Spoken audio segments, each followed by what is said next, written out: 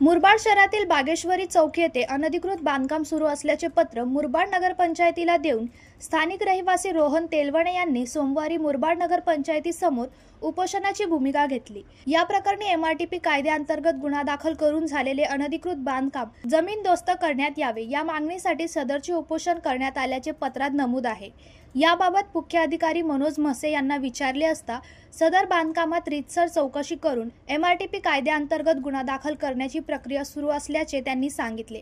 त्यामुळे या प्रकरणी पुढे काय कारवाई होते याकडे सर्वांचे लक्ष लागले आहे। नगरपंचायतला वारंवार पत्र देऊनही वार्ड क्रमांक 15 येथील बागेश्वरी चौकमध्ये अनधिकृत बांधकाम चालू असून वारंवार तक्रार करून देखील नगरपंचायतचे कुठलेच अधिकारी या विषयावरती लक्ष देत नसून मग त्याच्यामुळं आम्ही आता उपोषणाला बसलो।